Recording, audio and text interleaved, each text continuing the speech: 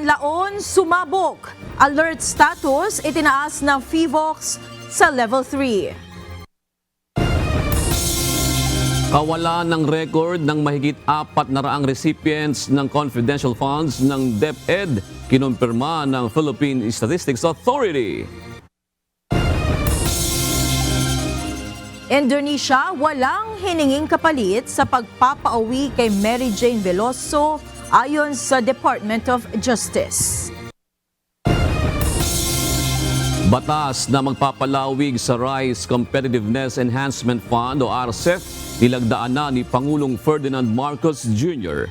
Pagbaba sa presyo ng bigas, posibleng maramdaman matapos ang 2 taon ayon sa Department of Agriculture.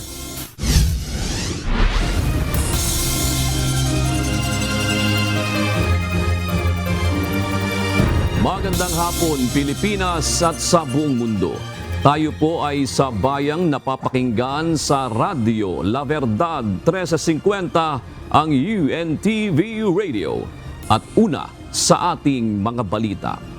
Kinumpirma ng Philippine Statistics Authority o PSA na walang record sa kanilang database ang 405 recipients ng confidential funds ng Department of Education o DepEd sa ilalim ng pamumuno ni Vice President Sara Duterte. Samantala, inisa-isa sa House Committee on Good Government and Public Accountability ang potensyal na legal na pananagutan sa paggastos ng kontrobersyal na pondo ng OVP at DepEd. Ito ang balita ni Rosalie Cos live. Magandang hapon, Rosalie. Ano ba ang bagong revelasyon sa sinasabing huling pagdinig ng House panel sa paggamit ng confidential funds ng Office of the Vice President at Department of Education sa ilalim ng VP Duterte o ni VP Duterte? June, bukod sa kontrobersyal na Mary Grace Piatos at Cocoy Villamina, kabilang sa mga recipient umano ng confidential funds ng Office of the Vice President batay sa mga isinumiting resibo sa Commission on Audit o COA, meron pang ibang pangalan sa mga resibo na kinumpirmang wala sa database ng Philippine Statistics Authority o PSA. Sa kumpirmasyon ng PSA, 405 sa 677 ng mga pangalan sa resibo kung saan ginamit ang confidential funds ng Department of Education sa ilalim ni Vice President Sara Duterte ang walang records sa kanilang database. Ito ang inihayag ni House Committee on Good Government and Public Accountability Chairperson Manila 3rd District Representative Joel Chua sa huling pagdinig ng House panel kaugnay ng paggastos ng confidential funds ng OVP at DepEd ngayong taon. Tayo po ay sumulat upang isumite ang 677 pang pangalan na nakalagay sa acknowledgement receipt ng DepEd kung saan tayo po ay binigyan ng tugon ng Philippine Statistics Office dated December 8, 2024 at dito kanila pong sinasabi na out of 677 individuals, 405 ay walang birth certificate o walang record sa birth certificate o pwede nating sabihin na non-existent. Bukod dito, ilan pang umano'y irregularidad sa mga resibo ng confidential funds ang nasilip ng House panel. Kabilang na ang mga resibong may recipient na Alice Crescencio, isang pangalang may magkakaibang pirma at nilagdaan umano sa iba't ibang lokasyon. Similar to our friend Cocoy Villamin, Mr. Chair, there were 3 different signatures. Kapansin-pansin din po rito, Mr. Chair, na si Miss Alice, was apparently, according to these ARs, were in different parts of the Philippines. Pinirman niya, nung inuna, nasa Pasay City siya. Pangalawa, pumirma siya, nasa Iligan City, sa Mindanao. At doon po sa ang aking probinsya, sa Lanao del Sur. Pumirma din ho siya doon. Baka nandun din siya according to the acknowledgement receipt. Gayon din ang mga resibong may recipients na ang pangalan ay Sally at Sheila. Magkaibang pangalan pero tila iisa ang pirma. These are 2 different persons, Mr. Chair, from 2 different addresses, I would assume. However, they have the exact same signature with exact same strokes. At baka isang tintang ballpen ang ginamit, Mr. Chair. Sinilip din ng resibong ang recipient ay isang Milky Sequoia. the two acknowledgement receipts, both in the name of Milky Sikuya, both had done on the same day. Same po pinirmahan on the same day, same address in Zambales, and using the same pen. However, have totally different signatures. Nasa 2,000 recipients naman ng confidential funds ng OVP ang hinihintay pa ang resulta ng PSA verification.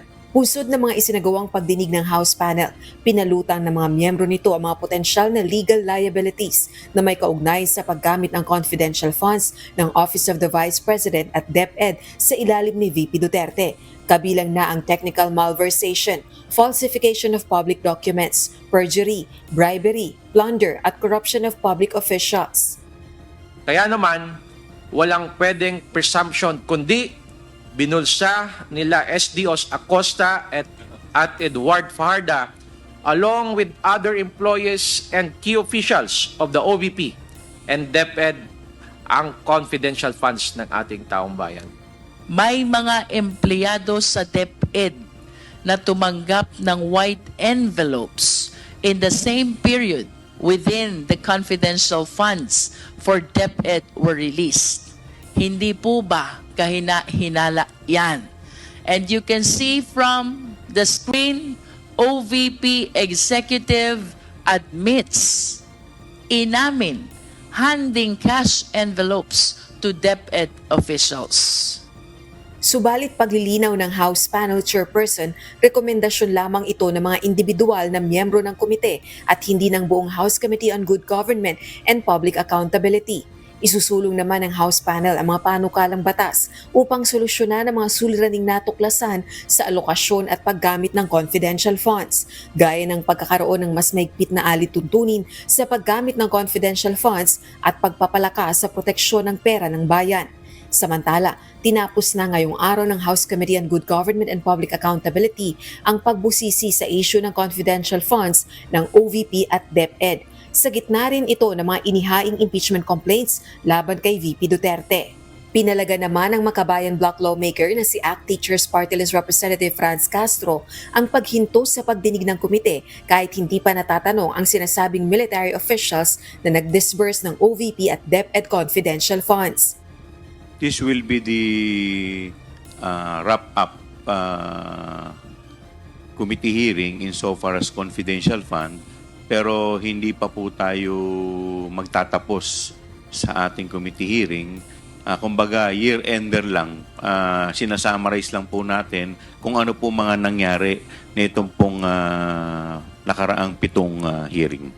Feel ko lang, Mr. Chair, parang hindi tayo pwedeng tumigil na ibinigay na lang yan dahil nga sa utos ni Vice Presidente. Remember, mga nakapirma doon, mga maliliit na opisyal, si Mr. Fajarda at saka si Acosta. Malamang-lamang, Mr. Chair.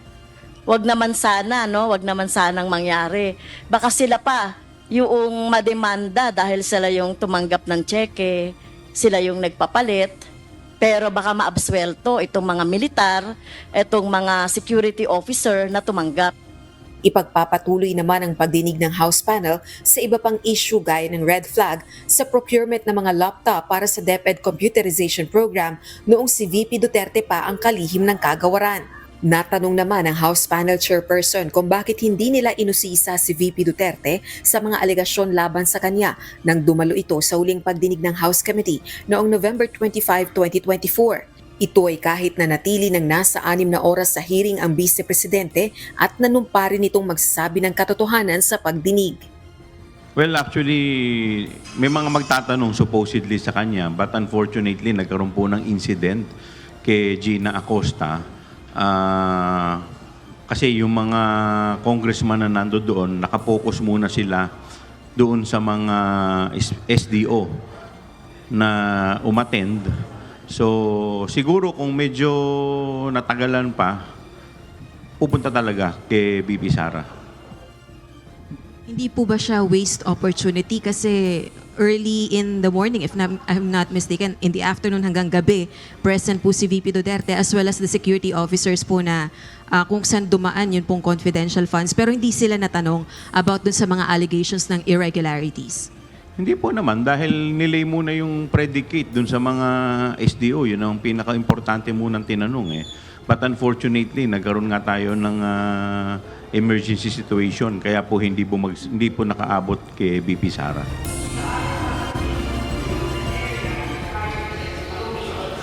June, bukod dyan sa special meeting ng House Committee on Good Government and Public Accountability, isa rin sa inabangan ng ating grupo dito sa Kamara kung may maghahain ba ng ikatlong impeachment complaint laban kay Vice President Duterte. Pero as of this time ay wala pang naghahain ng panibagong reklamong nag-iibig magpatalsik sa pwesto sa pangalawang Pangulo. Pero batay sa mga impormasyong narinig natin dito sa Kamara, yung ikatlong impeachment complaint ay posibleng ihain umano ng isang religious group.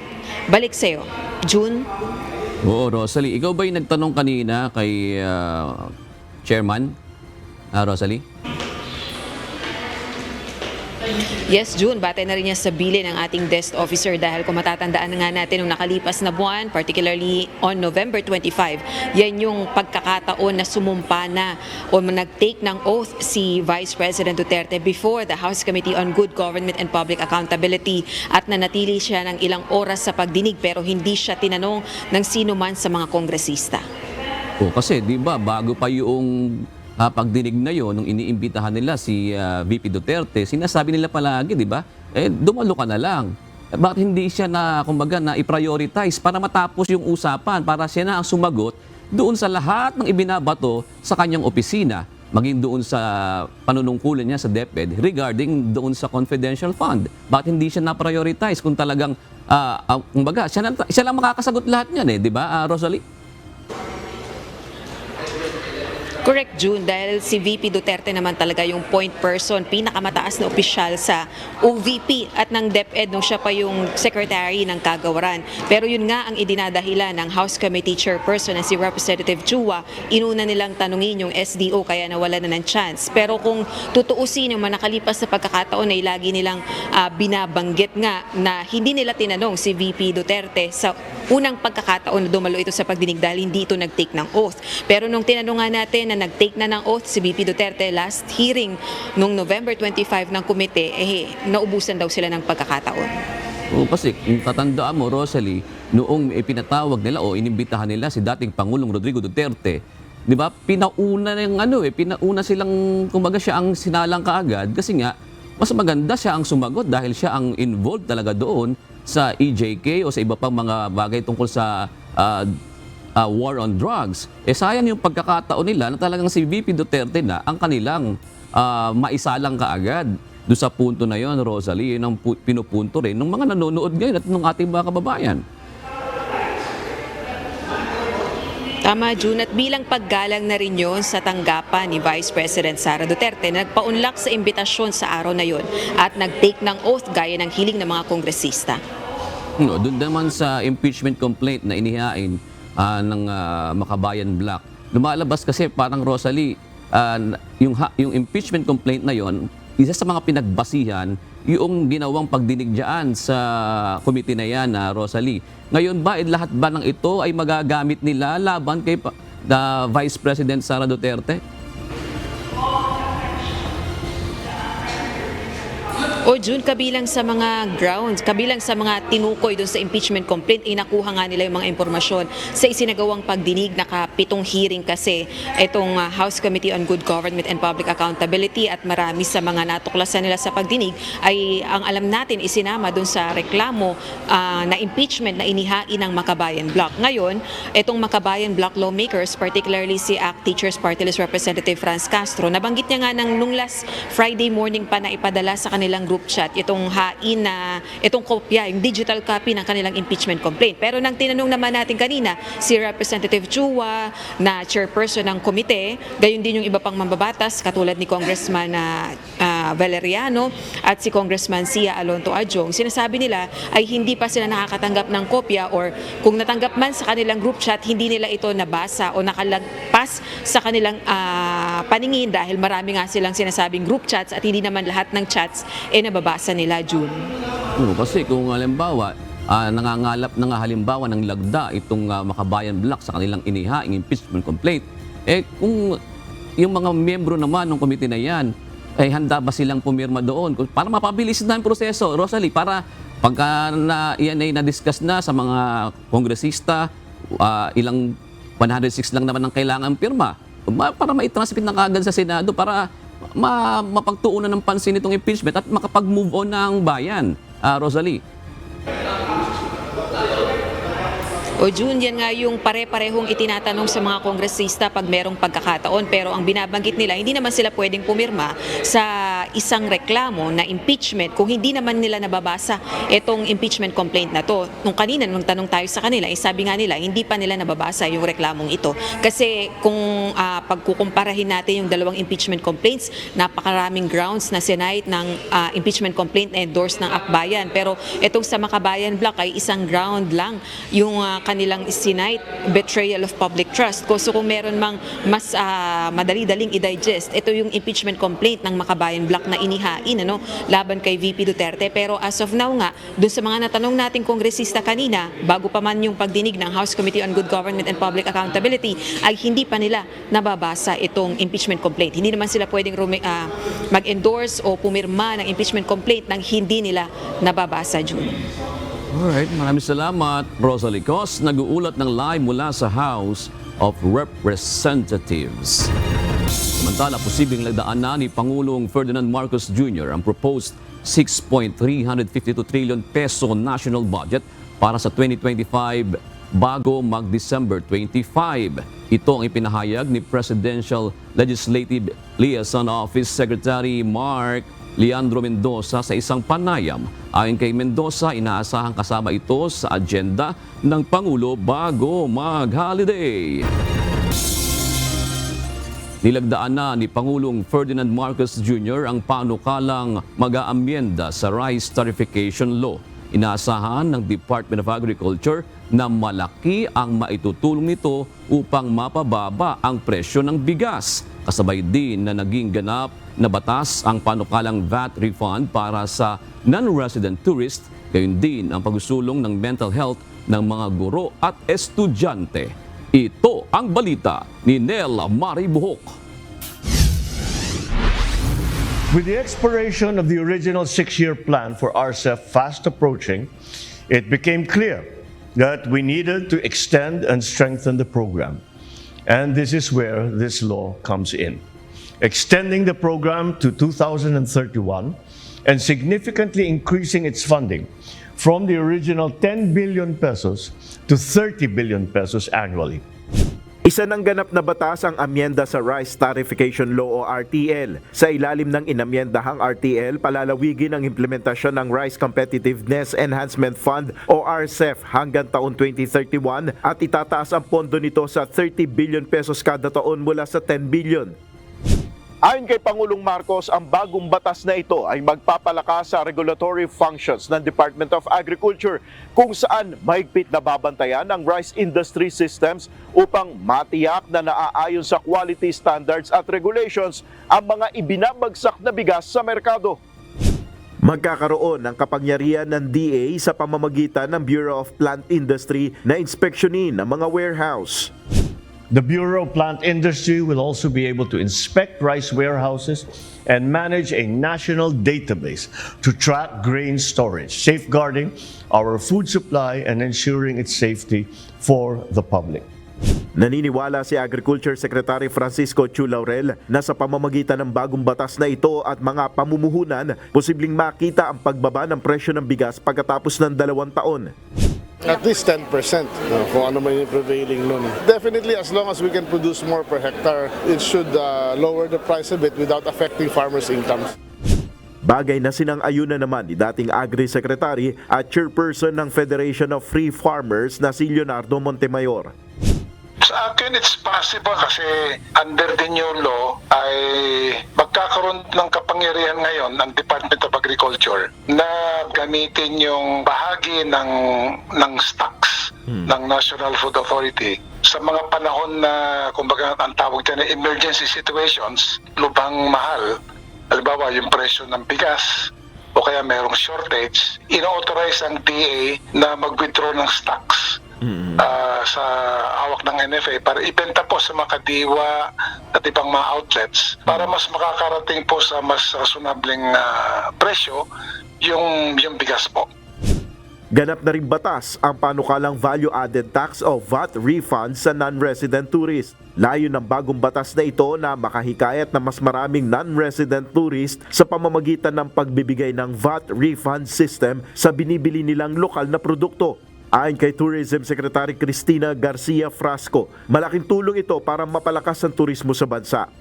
More tourist spending will mean more people employed in the tourism industry, with businesses thriving because it becomes a very attractive tourist shopping destination.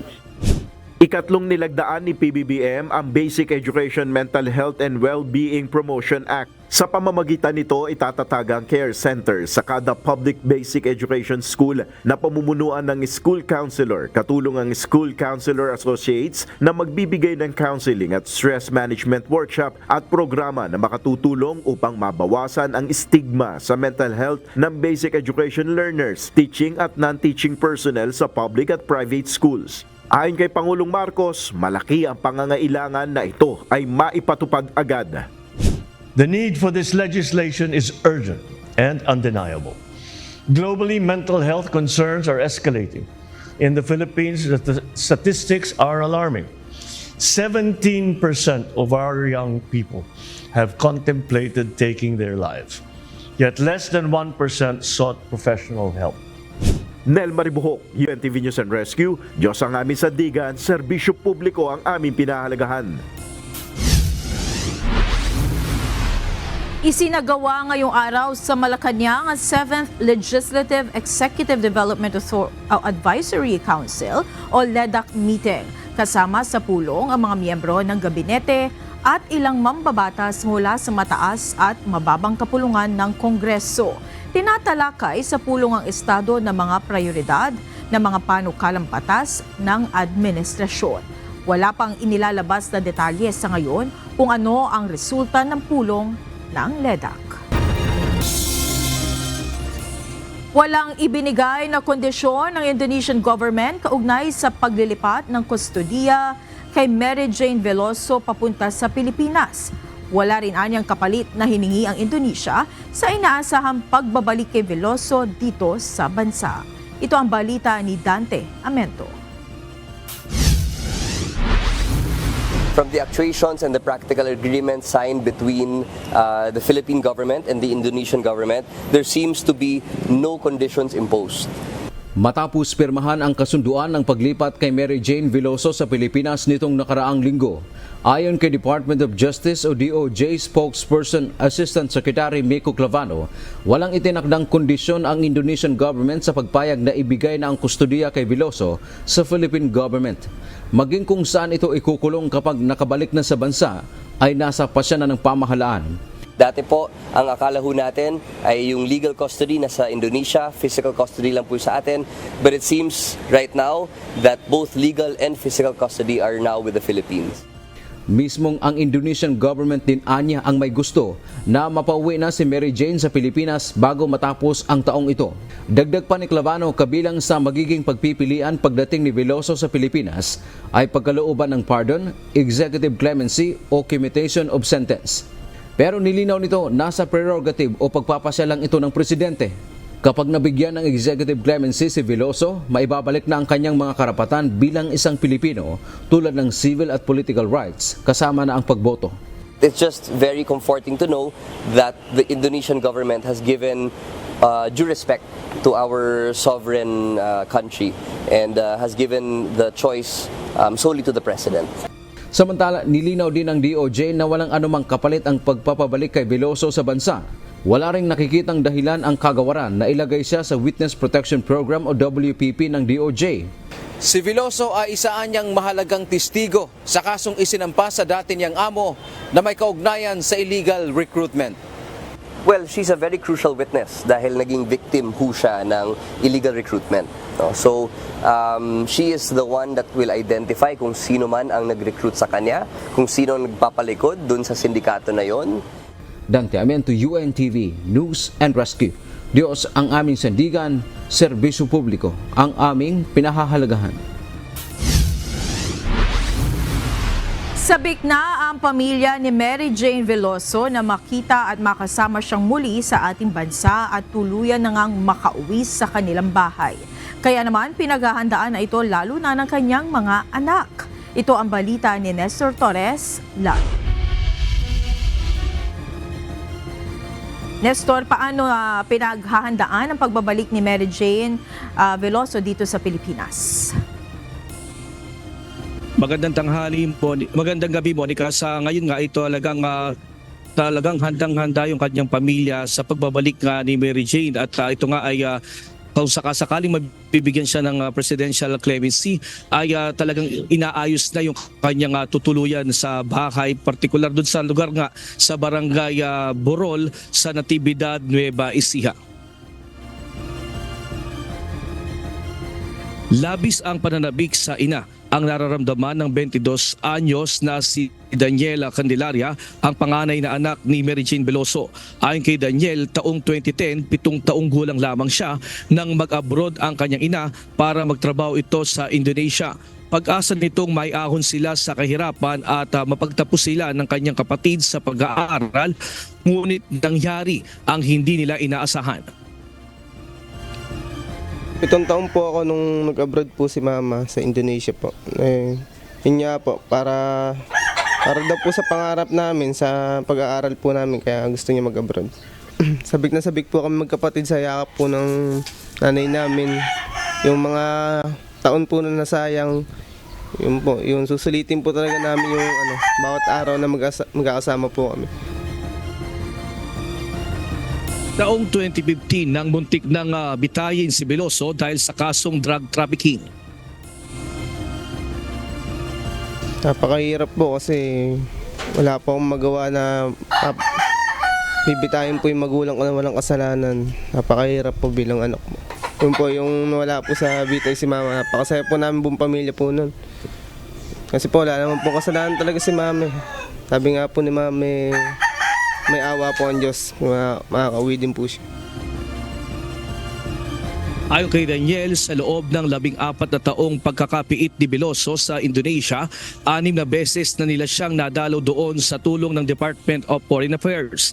Nakatagdasa na silang bumiyahing muli sa December 15, ngunit dahil sa kasunduan ng pamahalaan ng Indonesia at ng Pilipinas, hihintayin na lamang nila ang pagbabalik ng kanilang ina. Ang tanging pakiusap na lamang ni Daniel kay Pangulong Ferdinand Marcos Jr. mabigyan ng presidential clemency ang kanyang ina para magkasama-sama silang pamilya. Pangulong Marcos, inihiling ko po na sana po diretso na po sa bahay si Mama. Kasi po, sabik na po kami magkapatid na mayakap po siya, malikan po. Sobrang tagal na rin pong nakulong ni Mama na wala naman pong kasalanan. Yun po yung hiling ng buong pamilya po namin, pamilya Veloso po, na sana po makauwi na po siya at diretso na po dito sa bahay. Sa ngayon ay bilang paghahanda ay inihahanda nila yung magiging kwarto ni Mary Jane sakaling payagan na siyang makauwi sa kanilang bahay. Pagkagaling sa Indonesia, sinimulan ang pagpapagawa nito nang malaman ng kanyang pamilya na ililipat na nga sa Pilipinas si Veloso mula sa kanyang pagkakakulong ng 14 na taon sa Indonesia. Ginagawa po namin yung kwarto po niya para po pagdating po niya may turulugan po siya na maayos. May pintura na rin po, tapos po, yung maayos na po. Kahit simple lang po, basta po magkakasama po kami, ayos na po kami. Yung paghahanda na maibibigay ko rin po sa kanya, na yun nga po, asikasuhin po yung kwarto niya. Samantala, bukod sa inihahandang kwarto, inihahanda rin umano nila ang paborito nito.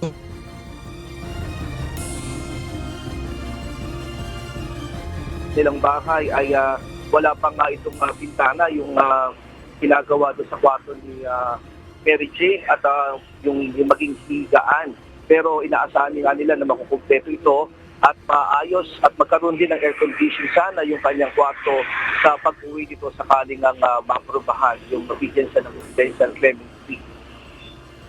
At yan mo latest live mula dito sa Nueva Ecija. Balik sa'yo, Monica. Nestor, alam na ba ng kanyang pamilya kung kailan talaga uuwi si Mary Jane Veloso at may ugnayan na ba sila sa kanya? Sa ngayon ay nakausap natin yung magulang ni Mary Jane at nasa immigrant nga sila at sila nga ay nasa Maynila kung saan bukas alas 3 ng hapon ay pupunta sila sa DFA para kausapin nga at pag-usapan doon ng pamilya na kasama yung DFA kung kailan talaga yung araw ng pag-uwi ni Veloso sa Pilipinas. Pero wala pa silang kasiguraduhan hanggat hindi sila nagkakausap bukas ng alas 3 ng hapon. Monica. At uling tanong na lang, Nestor, kung sakaling mapauwi si Mary Jane Veloso, saan muna siya ilalagay? Saan ang kanya magiging kustodiya? Kung sakaling mauwi si Mary Jane Veloso, ang target nila ay idiretso ito nga doon sa Burol Mamerto, sa barangay Burol Mamerto sa Natividad, Nueva Ecija, doon sa pinatayo nilang bahay kung saan nga ay merong tumulong sa kanila para mapagawa yung bahay noong taong 2015 pa. At ngayon nga ay ito namang kwarto yung pinapagawa nila na mayroong nagbigay sa kanila na nagpapasalamat sila na mayroong nagmagandang loob para mapaayos yung kwarto ni Veloso. Maraming salamat. Nestor Torres, live mula sa Nueva Ecija. Hindi katanggap-tanggap para sa Metropolitan Manila Development Authority o MMDA ang dahilan ng mga truck na nawawalan ng preno at nagiging dahilan ng mga aksidente. Sa Huwebes, nakatakdang pulungin ng MMDA ang mga asosasyon ng truckers upang talakayin sa kanila ang road safety. Ito ang balita ni JP Nunez. Responsibilidad po nating lahat yan. Kaya hindi po katanggap-tanggap na ang excuse dahil kaya nagka-aksidente ay nawala ng preno. Dapat regular na iniinspeksyon ng mga truckers ang kanilang mga truck bago ito ibiyahe. Ito ang binigyang diin ni Metropolitan Manila Development Authority o MMDA Chairman Attorney Don Artes. Kasunod ito ng mga aksidente na kinasangkutan ng mga truck sa Metro Manila na ikinasawi ng ilang individual na ang dahilan ng mga driver ay nawalan sila ng preno. Ayon sa MMDA, kung regular ang mga maintenance ng kanilang mga truck, hindi papalya ang kanilang preno.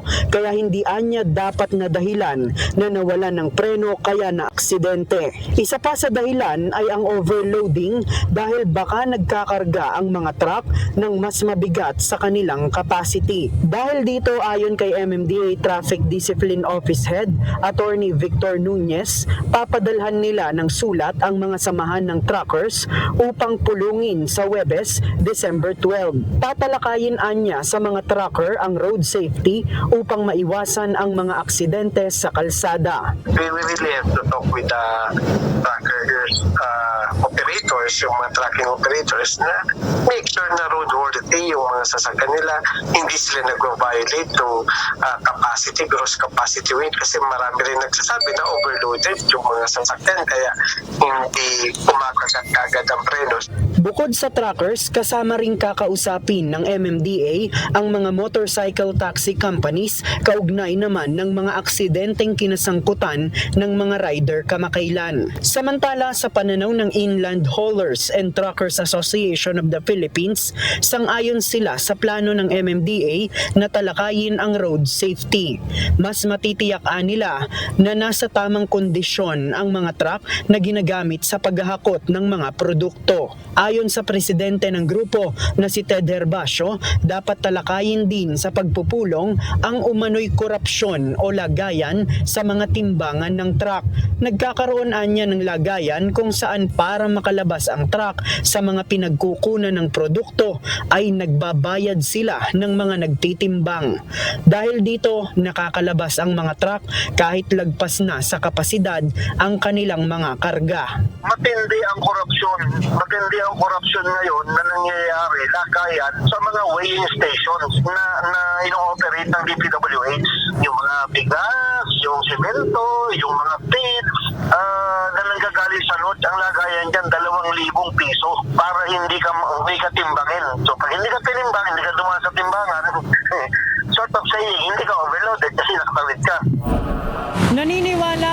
akusasyon ng truckers na delikado ang overloading dahil nagdudulot talaga ito ng pagpalya ng preno na nagiging dahilan ng mga aksidente sa kalsada. Pero ba yung pagka sobrang bigat, nagpreno ka na, nakapreno ka na, pero dahil niya mabigat, yung gulong gumugulong pa rin dahil hindi niya makontrol. Noon lamang nagdaang linggo, 2 trahedya sa Quezon City at sa Parañaque City ang nangyari na kinasangkutan ng mga truck. JP Nunez, UNTV, News and Rescue. Diyos ang aming sandigan, serbisyo publiko ang aming pinahahalagahan. Naglabas na ang mga pangunahing mall sa Metro Manila ng kani-kanilang adjusted operating hours para sa long holiday simula December 24 hanggang January 1 ng susunod na taon. Ang pagbabago sa mall hours ay upang iwasan ang pagbigat ng daloy ng trapiko sa mga pangunahing lansangan sa kasagsagan ng mga rush o late night shopping ng publiko.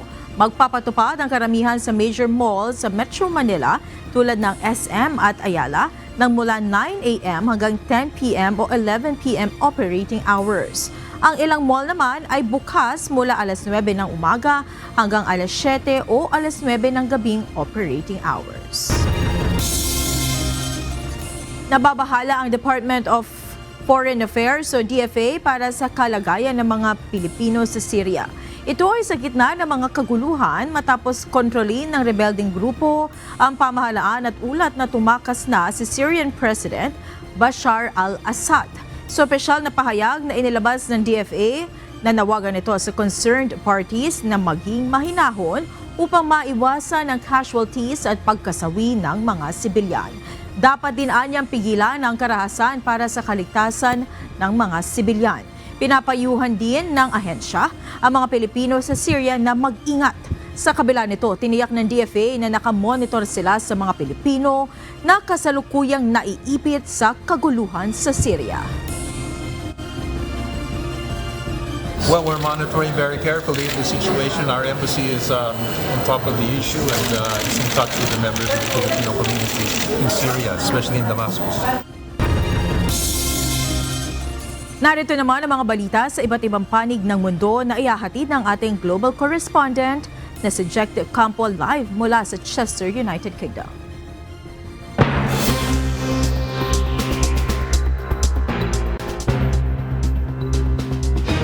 Yes, Monica, matapos ang pagbagsak ng pamahalaan ni Syrian leader Bashar Assad, nagpahayag si US President Joe Biden ukol sa historical na pangyayari at sinabing suportado ng US ang Syria. Ito ang balita ni Klein Sinka.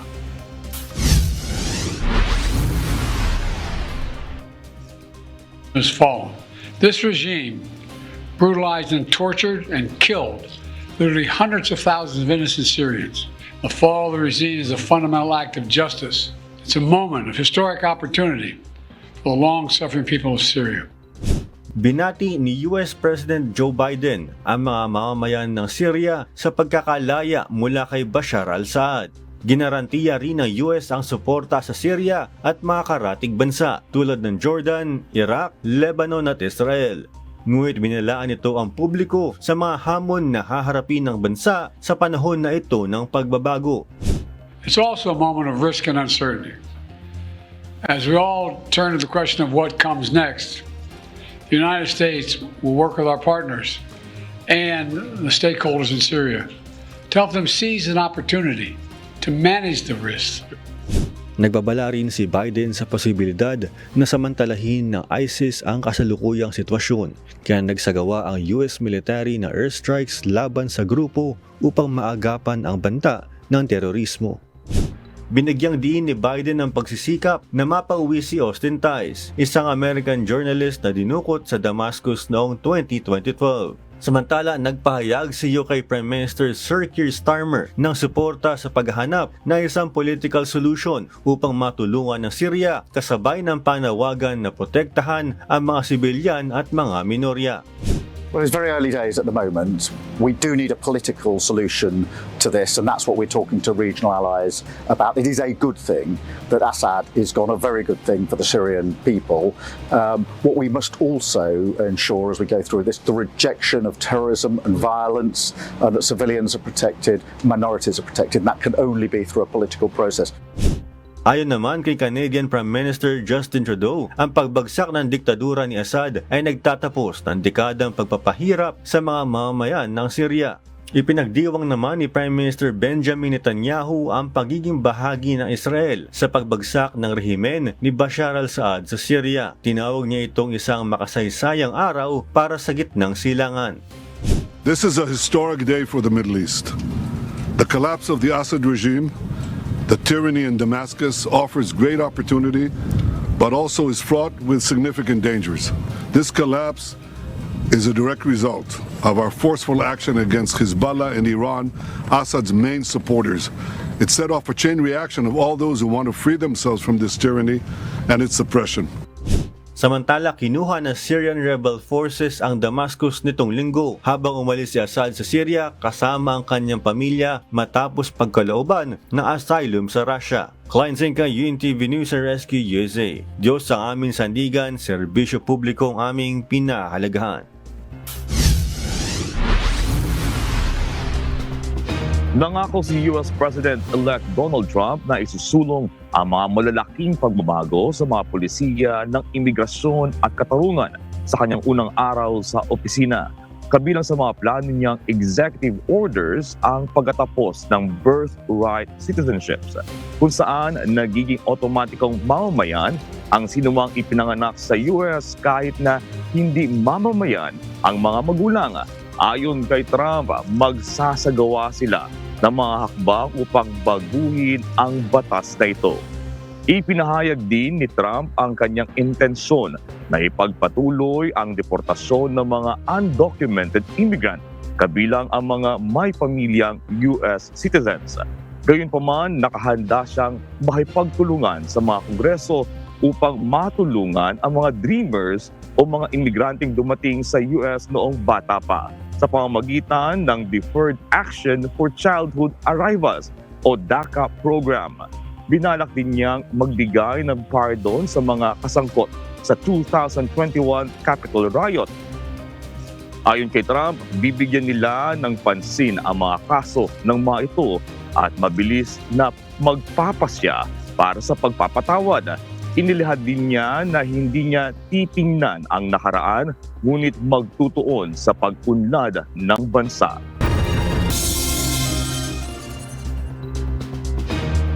Tumaas ang resident employment o tumaas ng 4,000 ang resident employment sa Singapore nitong ikatlong quarter ng 2024. Ito ay matapos bumaba noong second quarter batay sa datos ng Ministry of Manpower.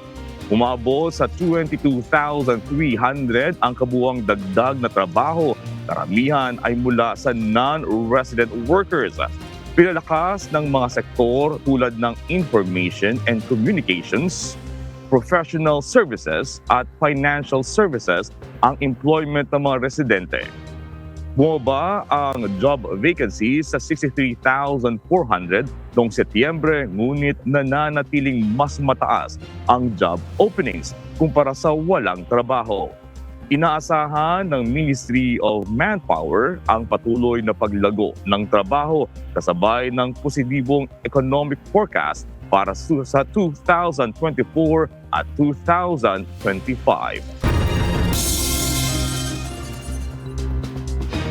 Bumagsak ang demand para sa mga manggagawa sa UK noong nakaraang buwan matapos ang unang budget ng Labour government. Umabot sa pinakamababang antas ang index ng pangangailangan ng kawani na nagpapakita ng epekto ng mga pagtaas ng buwis sa mga negosyo. Mabilis na bumagsak ang permanenteng empleyo at bahagyang bumaba ang temporary workers. Ayon kay Recruitment and Employment Confederation o REC Chief Executive Neil Carberry, hindi na nakagugulat ang muling pagsusuri ng mga kumpanya sa kanilang hiring needs.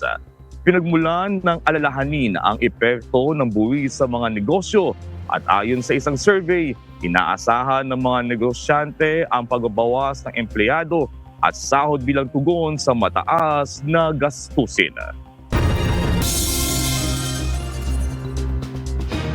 At yan ang mga balita mula sa iba't ibang panig ng mundo. Mula dito sa Chester, United Kingdom. Ako si Jack De Ocampo. Magandang gabi.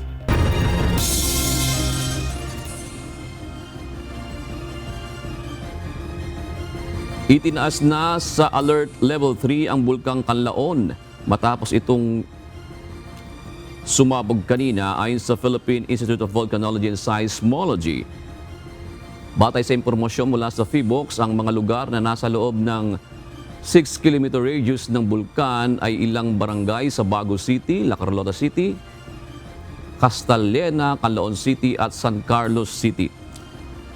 Kaugnay nito, pinayuhan ng PHIVOLCS ang mga lokal na pamahalaan sa loob ng 6-kilometer radius, yung mga nabanggit ko nga po kanina, na maghanda sa paglilikas dahil sa posibleng masundan pa ang pagputok ng bulkan.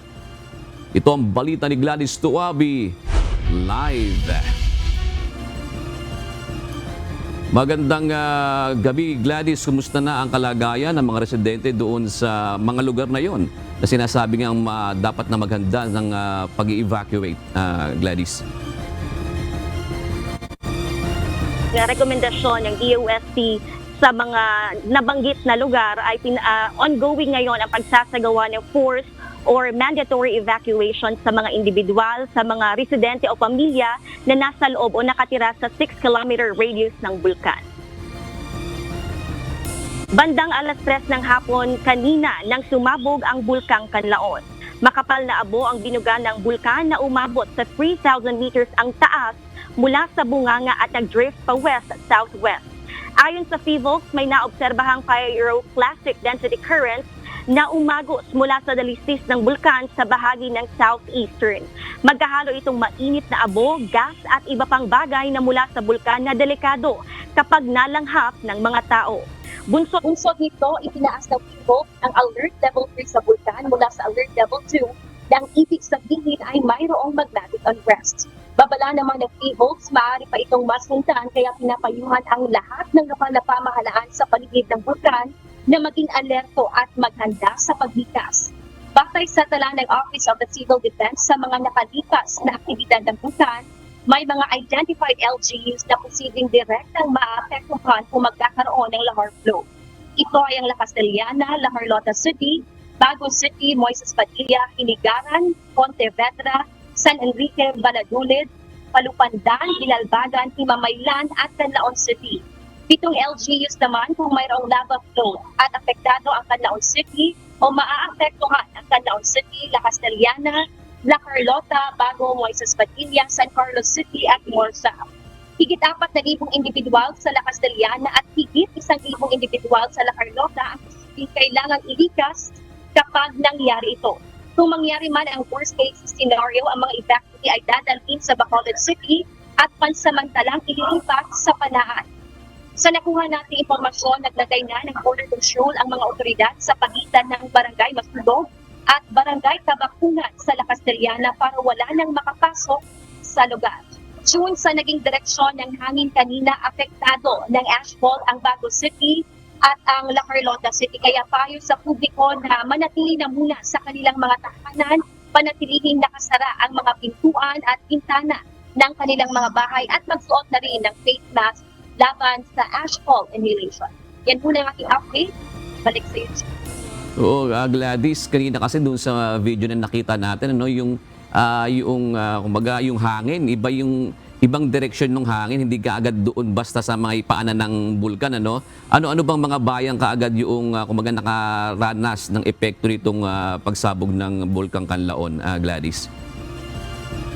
June, kanina sa mga nakausap natin, gaya ng aking nabanggit, ang La Carlota City at ang Bago City ang agad na nakaramdam ng pagputok ng bulkan, particularly itong pagkakaroon nga ng ashfall. At sa bahagi naman ng La Castellana, June, ay agad silang nagsagawa ng forced evacuation. Currently, 2 barangay ang nagsasagawa ngayon ng forced evacuation na nasa loob na ng 4 to 6 kilometer radius mula sa Bulkang Kanlaon.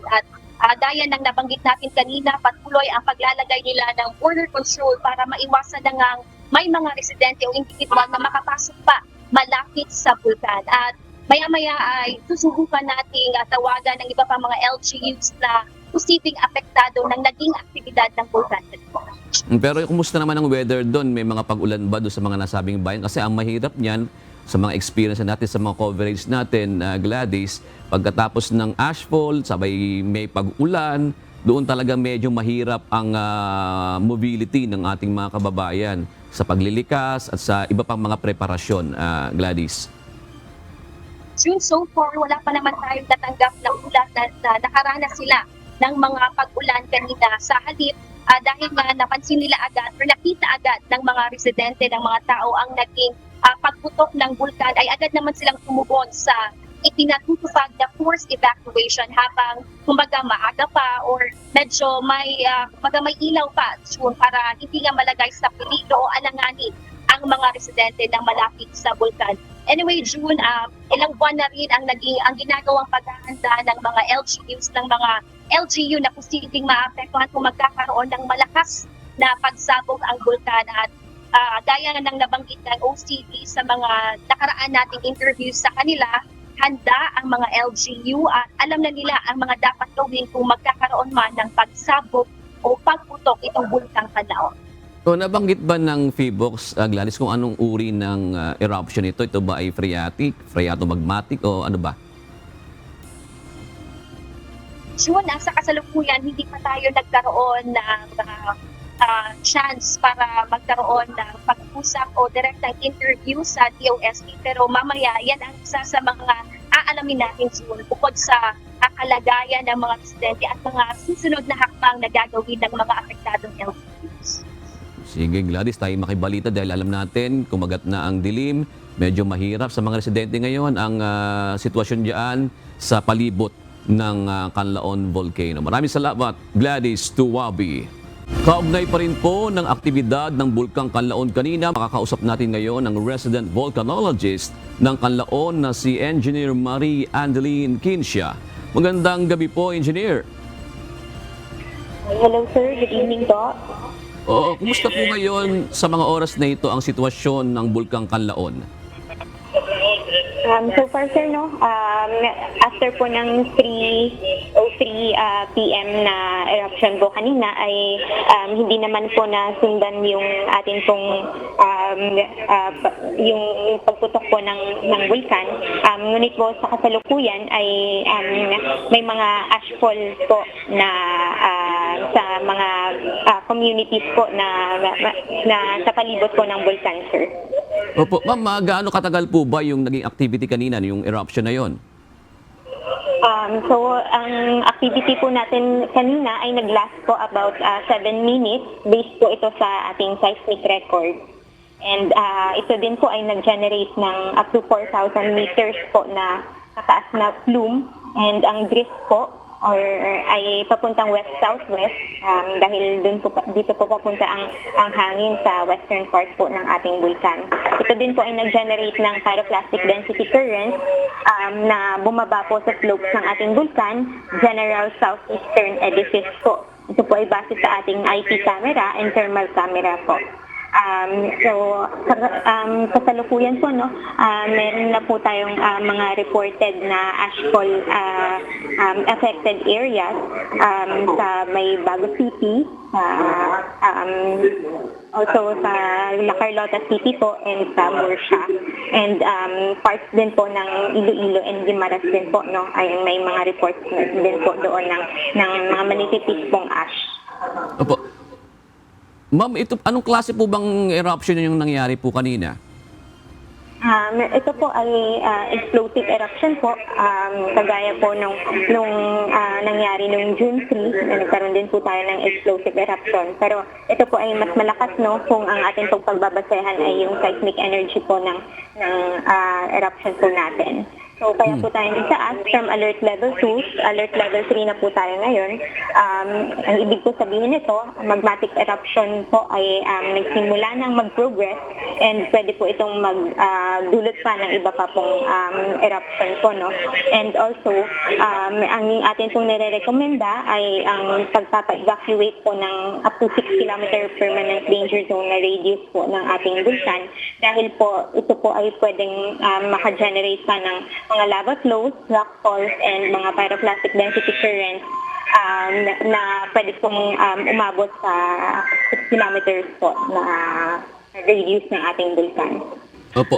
Pero ma'am, nung mga nakaraang araw, may mga video na rin po talaga na medyo umuusok po talaga yung tuktok ng bulkan.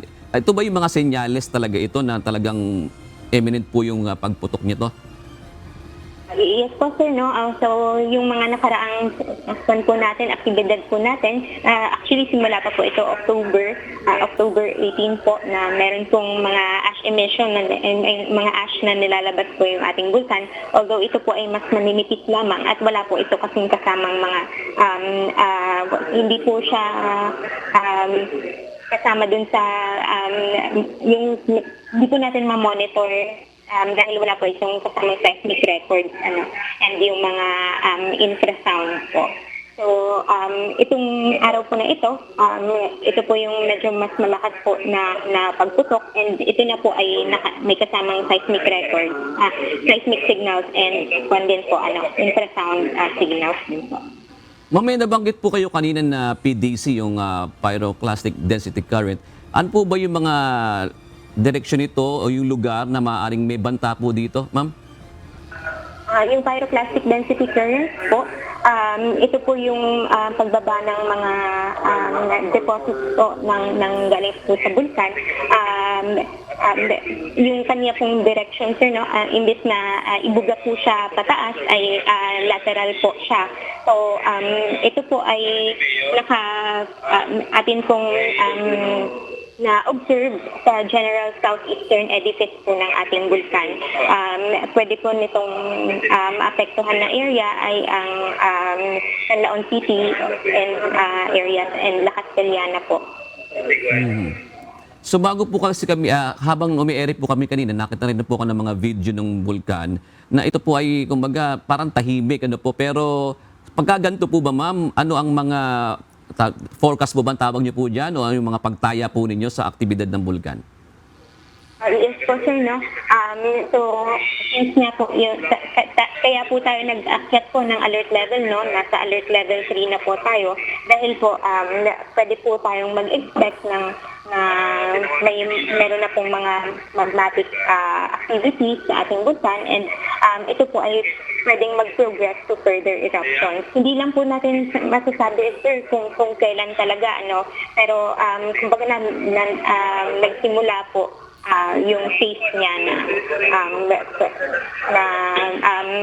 kumbaga tumataas na or pumupunta na ng surface yung magma. Ma'am, nasa niyo po ang huling pagkakataon muli po na paalalahanan po yung ating mga kababayan dyan sa lugar ng Canlaon, sa mga areas po dyan, para po sila yung makapag-ingat. Nasa niyo po ang pagkakataon, ma'am? Yes po, sir, no? Atin pong ina-advise sa ating pong local government na i-prepare po natin ang ating mga communities dahil po pwede po tayong mag-expect pa ng mga susunod pa na eruption. Ito po ay pwedeng maka-generate ng mga hazards na yun nga pong nabanggit po natin kanina, no? Pyroclastic density currents, mga lava flows ay pwede po tayong mag-expect ng lava flows and yung mga ash falls po. And pwede po itong mag-escalate and into more hazardous na eruption po.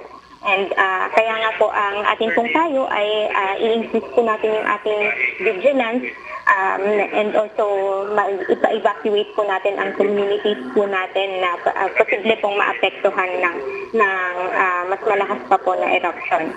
And also po, pwede din po pala itong mag-generate ng mga lahar, kung tayo po ay magkaroon ng malakas na pag-ulan, ang mga deposito po ng na-generate po nitong eruption na ito ay pwede pong ma-wash out and bumaba po dun sa mga lugar po sa mas mababang parte po ng bulkan.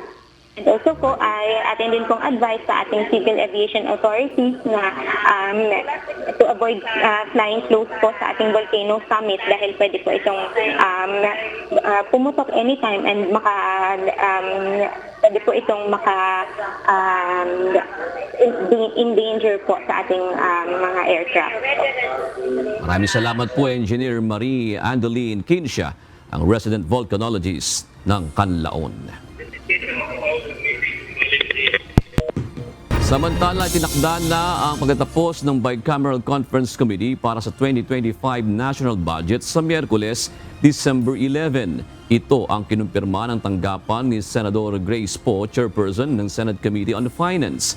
Sa kasalukuyan, isinasagawa pa ng Technical Working Group ng BICAM ang pagre-reconcile o pagtutugma ng 2025 General Appropriations Bill o GAB. Partikular ito sa mga probisyon sa pagitan ng dalawang bersyon na ipinasa ng House of Representatives at ng Senado. Inaasahang mapag-uusapan sa huling formal na pagpupulong ng mga kinatawan ng BICAM ang mga panukalang pondo ng ayuda para sa kapos, ang KITA Program o AKAP, gayon din ang 2025 budget para sa Office of the Vice President o OVP na natapesan ng nasa 1.3 billion pesos matapos dumaan sa lower house. Target ng Kongreso na mapirmahan at maisabatas na ni Pangulong Ferdinand Marcos Jr. ang panukala sa December 19.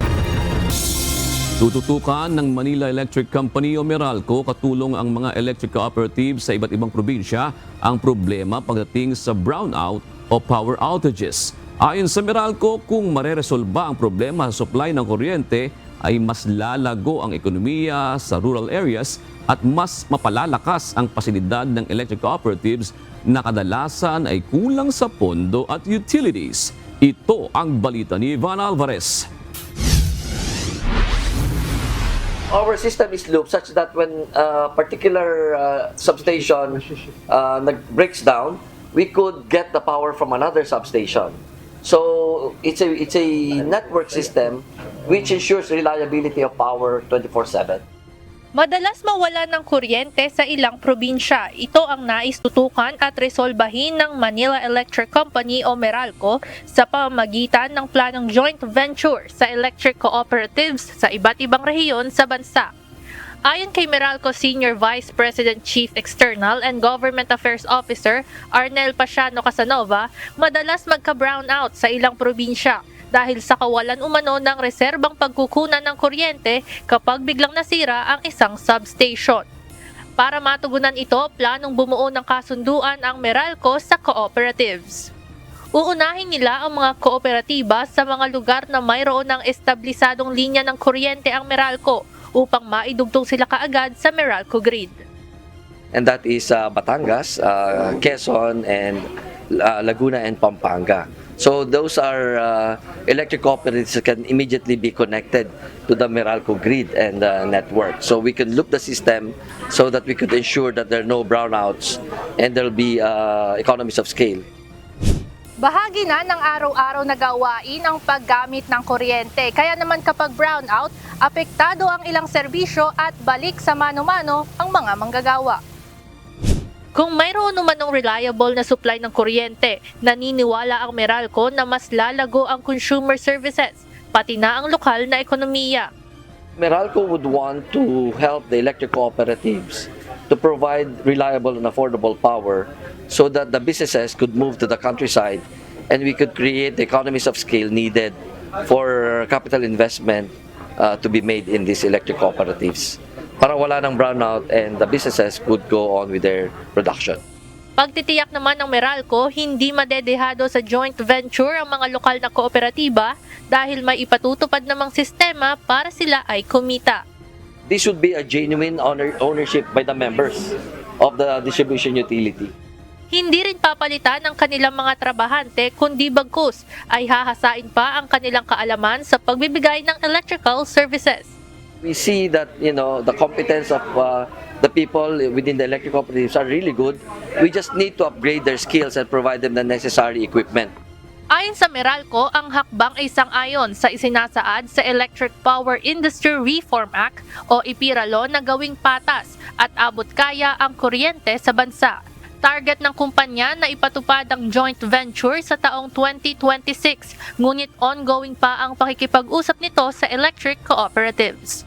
Sinubukan ding hingin ng UNTV ang panig ng ilang kooperatiba, partikular ang Batangas Electric Cooperative Incorporated, hinggil sa proposal ngunit wala pa itong tugon sa aming mensahe. Ivan Alvarez, UNTV News and Rescue. Diyos ang aming sandigan, serbisyo publiko ang aming pinahahalagahan. Naaresto ng National Bureau of Investigation ang 3 individual na sangkot umano sa pagbebenta ng depleted uranium. Ayon sa NTI na napakadelikado sa kalusugan at maaari rin nilang magamit ito sa terror attack. Ito ang balita ni Benedict Samson. Siya po yung nag-o-offer nito sa public na parang wala lang ang materials na ito, but we know for sure that it's high risk. Tila hindi delikadong uri ng metal kung ibenta lang sa publiko ng 3 sospek ang depleted uranium. Ang mga ito ay naaresto ng National Bureau of Investigation sa magkakahiwalay na operasyon sa Pasay City, Cagayan de Oro, Cebu at Dagupan, kung saan aabot sa nasa 100 kilograms ng depleted uranium na may tinatayang halaga na mahigit 600 million pesos ang nasabat. Ayon sa NBI at Philippine Nuclear Research Institute, ang depleted uranium ay maraming masamang epekto, lalo na sa kalusugan at kapaligiran. Isa pa sa pinangangabahan ng mga otoridad ay dahil sa maaari itong magamit sa terorismo. The terror risks associated with DU. Ang DU ay maaring gamitin as dirty bombs or radiation dispersal devices. Dahil lubhang delikado, nakasuot ng personal protective equipment ang mga tauhan ng NBI, Philippine National Police at Armed Forces of the Philippines na tumulong sa buong operasyon. Bagamat sangkap na maaaring gamitin sa terorismo ang mga nakumpiskang depleted uranium, nilinaw naman ng NBI na hindi papasok sa paglabag sa Anti-Terrorism Act ang mga naarestong sospek. But as to the intention to terrorize or be part to non-state actors or terror organizations, absent naman po siya doon sa mga subjects natin. Kaya hindi po natin sila nakasuhan sa batas na iyan. Sa ngayon, nakikipagtulungan ang NBI sa kanilang foreign counterparts upang matukoy kung papaano ito na ipasok sa bansa. Ayon naman kay NBI Director Jaime Santiago, walang kapasidad ang Bureau of Customs upang matukoy na radioactive ang isang bagay na dumadaan sa kanila. Unfortunately, walang nakaka-detect ang Bureau of Customs ng radiation, yung radioactive substance. Wala silang ganun. Paglabag sa RA 5207 o Atomic Energy Regulatory and Liability Act of 1968 ang isinampa laban sa mga naarestong sospek na may multang 10,000 pesos at kulong na nasa 5 taon lamang. Kung kaya't pakiusap ng mga otoridad, Yun nga po ang sana makita na pwedeng mabago pa, no? Because the possible hazards and effects and risks that it could give to society, hindi po commensurate masyado yung naging penalty ng batas. And since it's 5 years, it's a bailable offense. Benedict Samson, UNTV News and Rescue. Diyos ang aming sandigan, serbisyo publiko ang aming pinahahalagahan.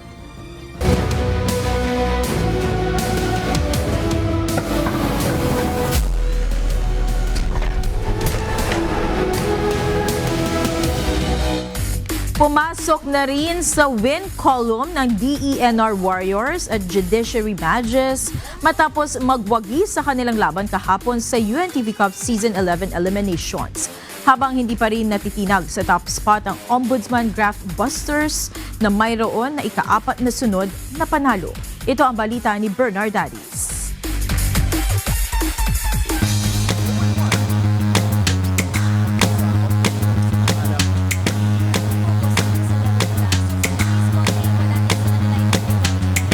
Mas agresibo at mas preparado. Yan ang ipinamalas ng DNR Warriors sa kanilang sagupaan ng DFA Emissaries sa UNTV Cup Season 11 Eliminations kahapon sa Paco Arena sa Maynila na nagtapos sa final score na 116-73. Nagpaula ng 6-3 si Brian Bangal na kumamada ng 24 points, 6 rebounds at 2 steals para pangunahan ng DNR sa kanilang unang panalo ngayong season. Nagambag naman si Mark Bruno ng 21 points, 5 boards, 8 dimes at 4 steals. Ayon sa DNR, desidido talaga silang manalo dahil aminado silang mahirapan silang bumangon kapag naging 3 na ang kanilang talo. Sa ilalim, and another cut by Rialdo. Sinabihan kami ni coach na mag-usap-usap kami and gawin namin yung teamwork kasi yung teamwork ang naging kulang sa amin ng last game. Basta po mag-work kami as a team, walang kanya-kanya, basta tatrabahuin namin step by step hanggang sa makaangat kami ulit. Sa ngayon, may 1 panalo at 2 talo na ang Warriors habang ang DFA ay may 0-2 win-loss record. Natutuwa kami na lahat ng pinagpagura namin sa practice nasunod at masaya yung mga players, masaya yung team. Sabi ko nga sa kanila, pag maglaro tayo sa team, I think magiging successful tayo ngayong araw. Back to the drawing board muna po kami, no? Magkakaroon na sa adjustments po natin sa team. Definitely babawi ang DFA.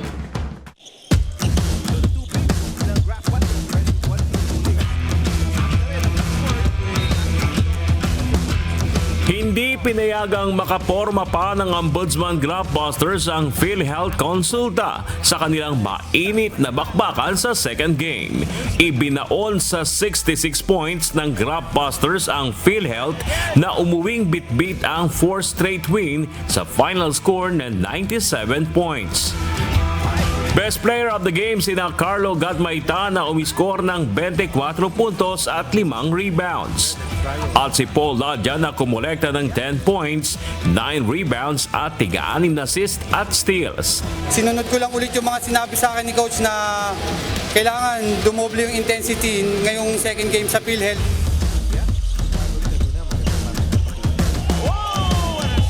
Mataas kumpiyansa namin kasi alam namin go hard kami sa practice Ayon kay Coach Danny Florano, palagi silang naghahanda ng game plan, depende kung sino ang kanilang makakalaban.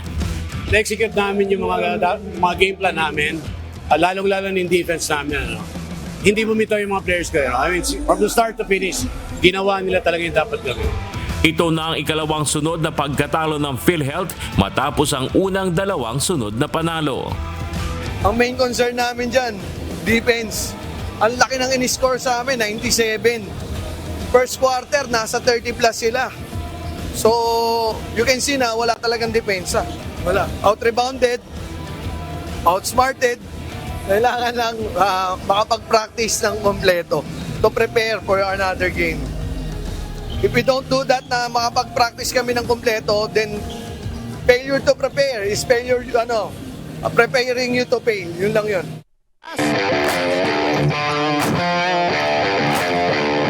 Ipinakita naman ng Judiciary Magis na mas uhaw sila na masungkit na ang panalo matapos itanggi sa NHA Homemasters ang matagal nang inaasam na panalo. First quarter humataw agad ng 10 points si Chester the Elevator Tolomia para sa 8 points advantage ng Magis, 27-19.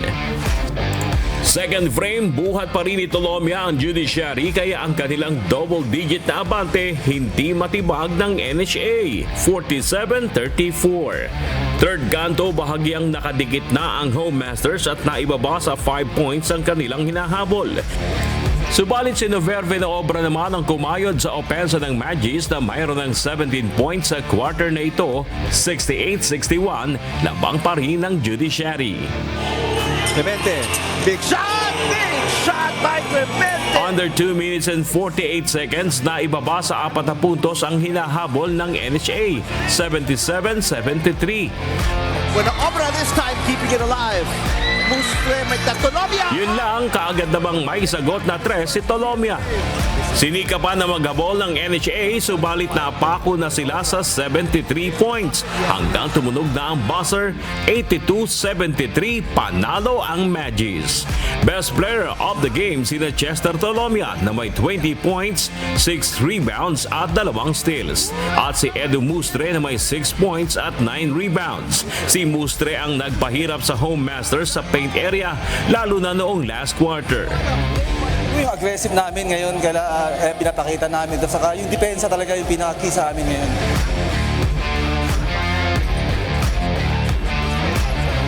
Sabi kasi ni Coach, kailangan namin mag-effort pa sa depensa para maganda yung pensa namin. Kasi tiwala namin sa kay Coach na maganda yung pinakita namin. Sa ngayon, nasa ika-4 na pwesto na ang Judiciary sa Group B na may tig-isang panalo at talo, habang nasa ika-6 ang NHA na wala pang panalo sa huling 3 laban. Yung chemistry ng team namin, medyo kailangan pa natin i-workout pa talaga. Tsaka yung, sabi ko nga sa kanila, yung decision making nila, medyo kailangan din namin i-workout. Ang pinaka-concern ko talaga is yung box out. Sayang yung possession na pwede namin rebound. Biruin nyo, 14 offensive rebound yung kalaban. So, napakasayang yung box out talaga. Yun yung problem namin since ng first game and second game namin. Lumalabas na lang yung laro namin sa second half na. Sabi ko nga sa kanila, starting jumble pa lang, dapat aggressive na tayo. Bernard Daddy's UNTV News and Rescue. Diyos ang aming sandigan, serbisyo publiko ang aming pinahalagahan.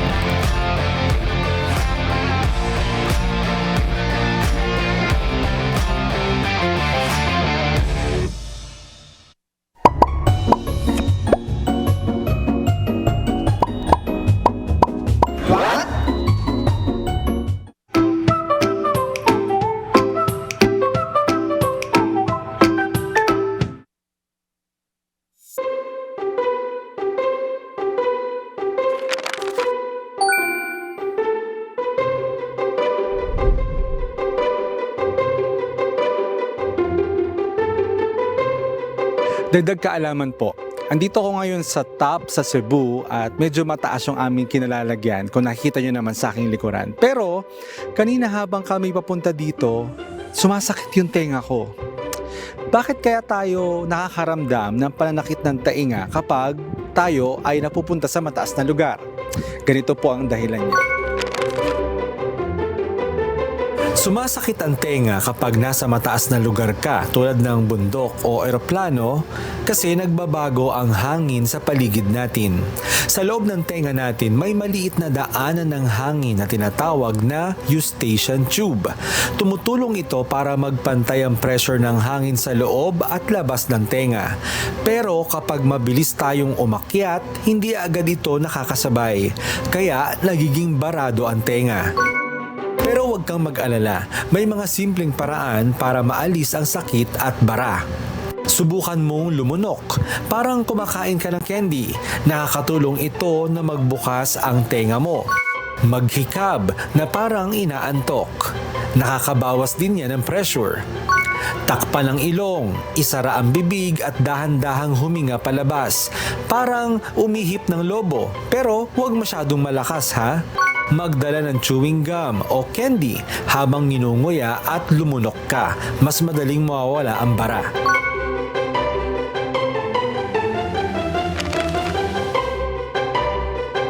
Kita nyo na, hindi na masyadong masakit yung tenga ko. Gawin nyo lang yung mga tips na sinabi ko at hindi nyo na mararanasan na sumakit ang tenga nyo kapag kayo ay napupunta sa mataas na lugar. Sana po may natutuhan kayo at laging tatandaan, mapalad po ang tao na nakakasumpong ng karunungan at ang tao na nagtatamo ng kaunawaan.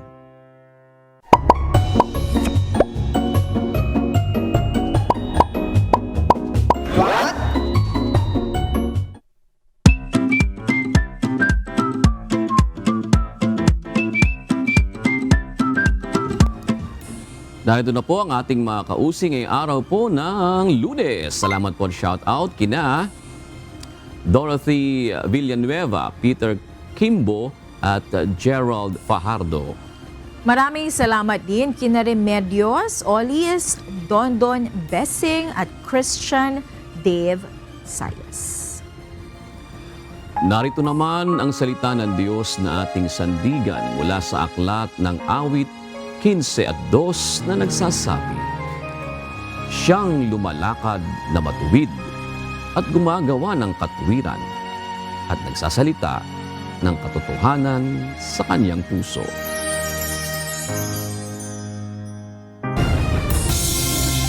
At yan ang naging kabuuan ng ating balitaan ngayong gabi. Aming inilahad ng buong katapatan kung paano namin nasaksihan. Kayo po'y makapagtitiwala ng aming nakita at narinig, ang aming ibinabalita. At dito po sa UNTV, Diyos ang aming sandigan, serbisyo publiko ang aming pinahahalagahan. Magandang gabi po.